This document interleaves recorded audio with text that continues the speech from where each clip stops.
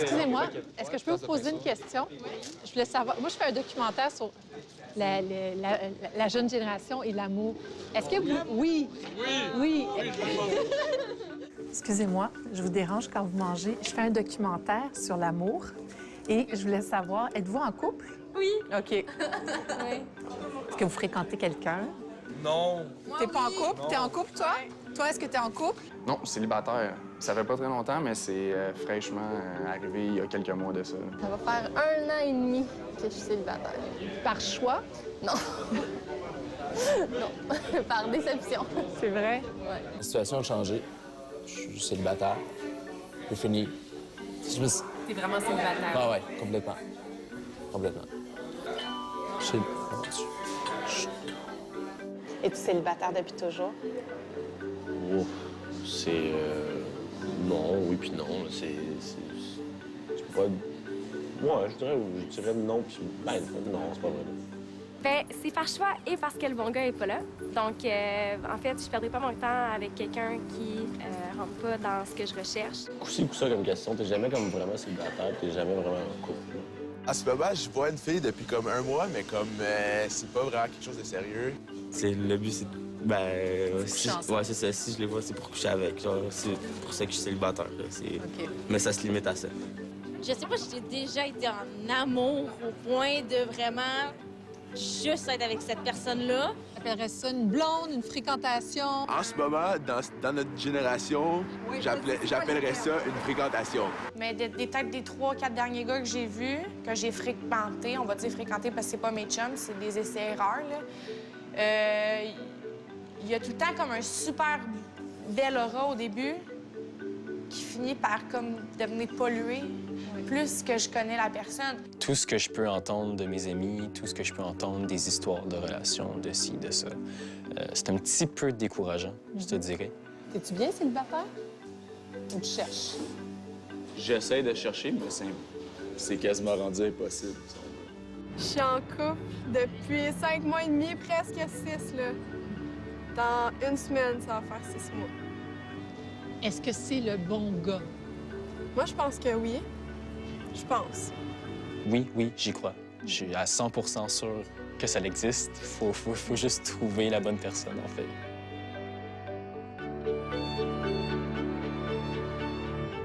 À 20 ans, on cherche à créer des liens, on désire partager, être connu, être aimé.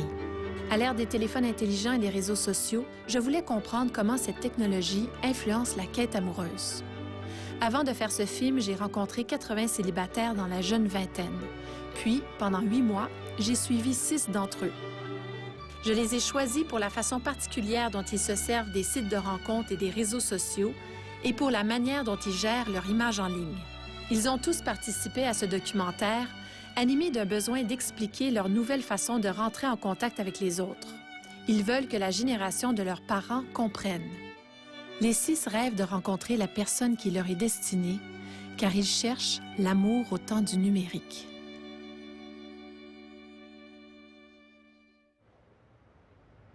Là, t'es célibataire en ce moment. Ouais.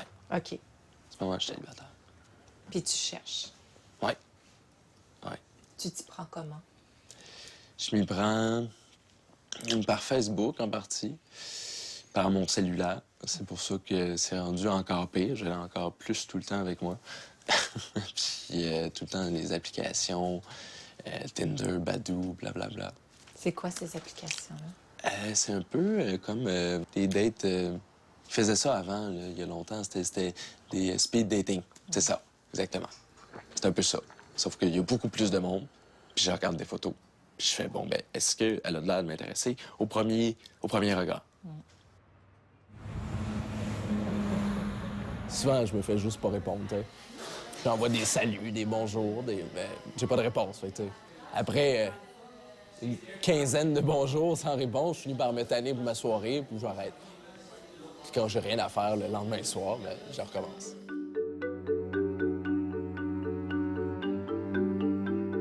La jeune génération actuelle se sert des technologies comme jamais on aurait pu l'imaginer. Ces nouveaux outils, avec leurs médias sociaux et leurs applications de rencontres, changent la manière dont on rentre en contact avec les autres. Moi, j'ai Facebook, j'ai Instagram, j'ai Twitter. Une fois de temps en temps, je vais aller sur Scruff, je vais aller sur Grindr, je vais aller sur Hornet, je vais aller sur Tinder. J'utilise Badoo, Tinder. C'est sûr, sur Instagram, si je vois, mettons, des filles qui like ma photo, c'est sûr, si je l'aime bien, j'allais like back, j'allais la follow, puis tout, puis peut-être on va s'organiser une petite soirée, quelque chose. Tu peux like ou dislike un gars. Tu peux faire le cœur ou le X. C'est un bar open de gars ou de filles, puis tu choisis lequel qui te tente. T'sais, si toi, t'aimes plus le sucré, tu t'en vas vers le sucré, puis si t'aimes plus le salé, tu t'en vas vers le salé. Master, c'est pareil. T'arrives au bar, Facebook, tu choisis le gars musclé, l'intello, ou tu choisis le barbu parce que toi, t'es un homme à papa. T'as une bédaine. Oui, j'ai une bédaine, pas manquable. C'est qui le papa? On n'en a aucune idée. On hésite. J'aurais 4 choix.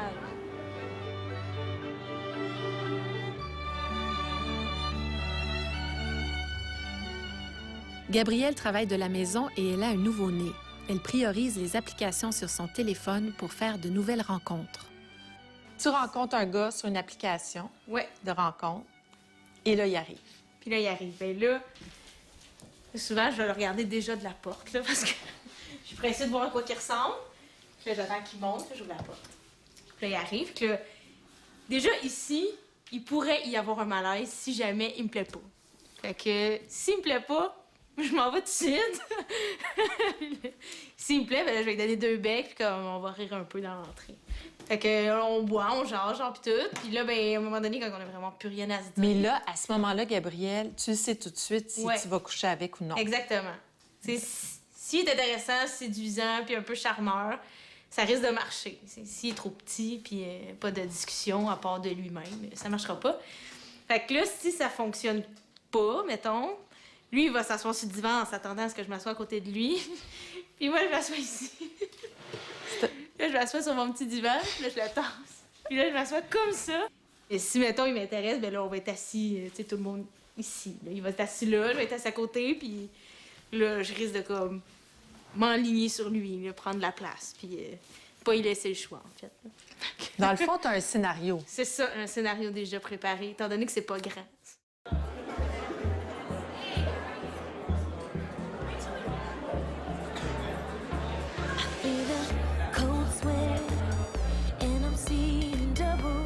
Et moi, en fait, les gens m'engagent pour promouvoir leur compagnie.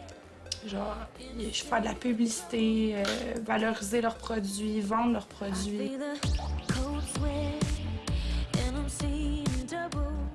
C'est vraiment comme mon outil numéro 1, c'est mon corps. Là. Puis, autant ma tête, mes pensées, mais... C'est toute ta personne. Exact. Ouais. Est-ce que la Sandrine dans la vraie vie puis la Sandrine de la promo pognent de la même façon auprès des hommes? C'est drôle à dire, là, puis je suis contente que tu me poses la question parce que quand je suis en promo, je suis capable d'être séductrice, confiante. Dans la vraie vie, zéro. Zéro. Les gars que je veux m'intimident tellement que, genre, des fois, je les perds à cause de ça, peut-être, ou j'ai comme pas de confiance, mais quand je suis en promo, on dirait que je mets mon costume, là, tu sais, puis j'embarque dans un personnage, là. Parce qu'en promo, ta brassière, tu vas la prendre bien padée. En promo, ma brassière, elle double mes seins. Elle double tes seins, ouais, c'est ça. Je passe d'un C à un double D. Ah oui, OK. C'est de la fausse publicité. Hein? On met tout beau. C'est comme quand t'arrives au restaurant, tu rouvres le menu, les images t'attirent, sont toutes belles, puis ça arrive, puis t'es comme... Je suis née dans une génération où il faut que tu aies le plus beau char, la plus belle famille, la plus belle maison, le plus beau linge, le plus beau coffre à crayon, la plus belle efface à l'école, là, tu sais. C'est pour ça aussi, peut-être, que j'ai des amis, genre, qui sortent avec des caves, mais ils sont super beaux, tu sais. J'ai de la misère à faire rentrer des gens dans ma vie, oui. Parce que je suis assez picky. Je suis assez sévère sur mes critères. Ça me donne rien de dater une fille, puis d'y parler et tout, si j'ai pas un déclic quand je vois sa photo. Moi, les personnes qui ont un surplus de poids, j'ai bien de la misère. Tu sais, ça me plaît pas bien.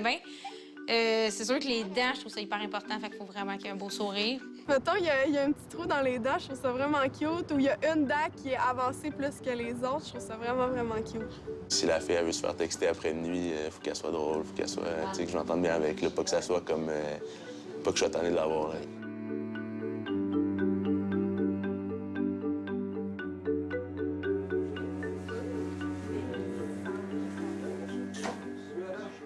chaque vendredi, là, je me lève, on s'en va faire les cheveux, salon de bronzage, après on s'en va au gym.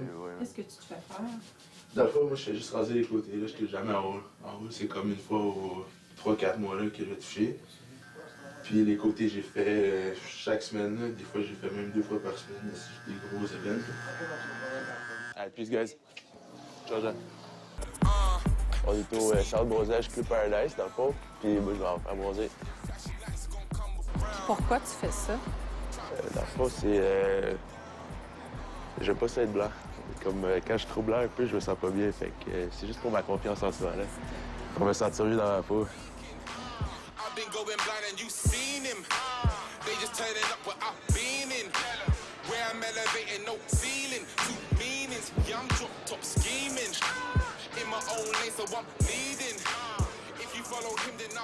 Dans le game, on est rendu en shape, là. Fait il y en a pas un qui paraît plus que l'autre. On est rendu 15-20, là, puis tout le monde est sur le gym, tout le monde est sur la diète. C'est comme un trip de gars, là, tu sais. Ouais, ben dans le fond, c'est ça. Parce que c'est une compétition un peu, là, plus brosé, plus beef, là. Est-ce que ça a rapport avec les filles? Est-ce que tu te rends compte que tu pognes plus avec les filles? C'est sûr que je pogne plus qu'avant, là, mais comme... C'est sûr que les filles, ça a le rapport dans ça, mais à la base, c'est question de confiance en soi, là. Comme si je me sens bien, c'est sûr, ça va être plus facile de parler aux filles aussi, là, mais... Ouais. Est-ce que l'apparence a toujours été importante pour toi, Steph? Dans un certain sens, oui, ben comme quand j'étais petit, vu que j'étais vraiment gros, comme, tu sais, mettons, il y avait une fête avec que le monde allait dans la piscine, moi j'y allais pas, justement, parce que je me sentais pas à l'aise dans ma peau. Puis, depuis ce temps-là, depuis que je suis devenu en shape, ça a changé un peu, là, puis je suis rendu le premier et tout de sauter dans l'eau.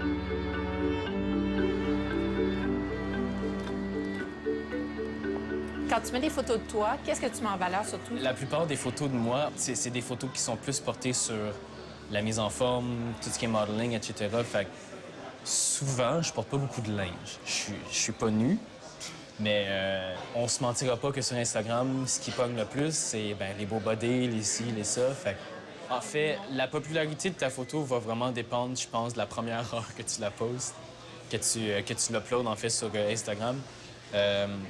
Habituellement, si... C'est un petit peu niaiseux, là. Les gens vont trouver ça vraiment niaiseux, mais habituellement, si dans la première heure, j'ai pas plus que 100 likes, je vais la déliter parce que les gens ont pas d'intérêt sur la photo.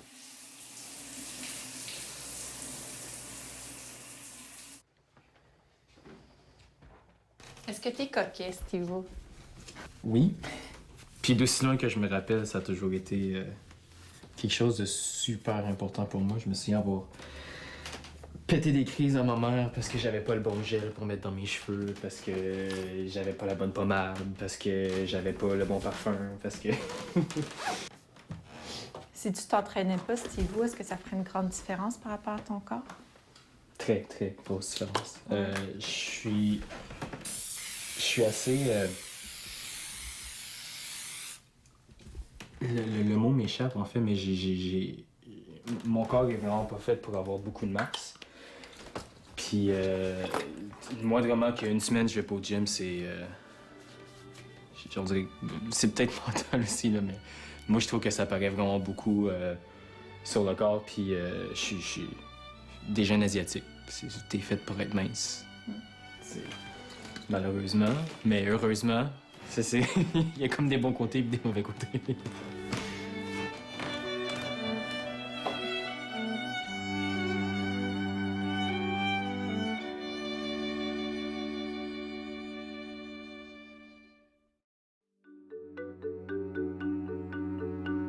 C'est quoi l'amour pour toi?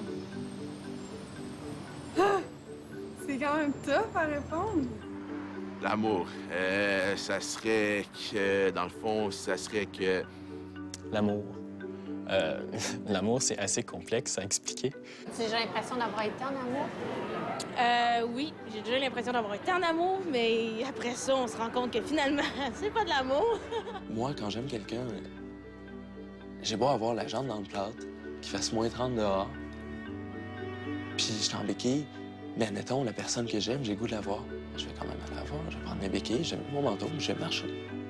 Parle-moi de ton chum, tu l'as rencontré comment? Sur Attornat.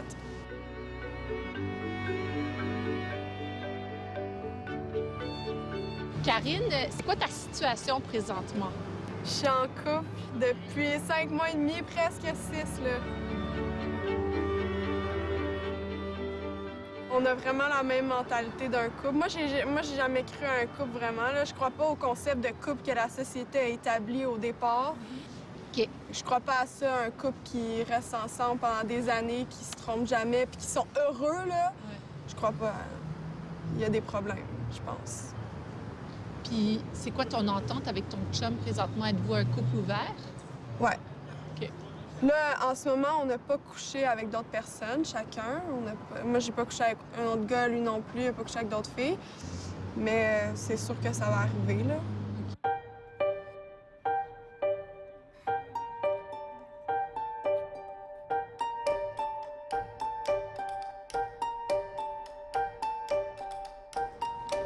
Ça te déprime de penser qu'il y a du monde qui peuvent juste comme coucher avec une personne pendant 30 ans? Ouais. Oh my God. Puis ça m'a longtemps déprimée, là. Moi, je trouve que mes parents, ils ont pas l'air tant heureux que ça ensemble. Puis je pense que ça serait bénéfique pour eux. Puis en fait, je sais pas s'ils l'ont déjà fait. Puis peut-être, en fait, ça me surprendrait pas qu'ils le fait. Mais moi, je pense que ce serait bénéfique pour eux qu'ils aient été voir ailleurs un peu les deux. Puis je me dis, hey, quand j'aurai 50 ans, je vais juste avoir... Ça va faire, je sais pas combien d'années, je vais coucher avec le même gars.